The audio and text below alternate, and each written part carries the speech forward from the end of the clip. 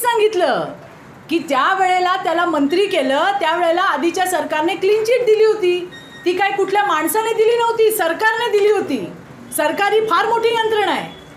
ही काय कुठल्या चित्रा वाघने दिली नाही का निलय नाईकने दिलेली चिठ्ठी नव्हती की नाही बाबा हा निरपराध आहे. अरे सरकारने दिलेली आहे. आपला विषय हा नारी शक्ती वंदनचा आणि संघटनेचा विषय आहे. एक काहीतरी रश्मिशाळ करू नका तुम्ही. तुम्हाला विनंती आहे. यांची चाचपणी सुरू आहे. लोकसभेचा उमेदवार म्हणून महायुतीकडून त्यांची नावाची चर्चा आहे. या संदर्भात आपला विरोध राहणार आहे का की त्यांना उमेदवारी मिळायला नको आहे? नाही, कसं आहे, this is very wrong question to me. हा माझा विषयच नाही.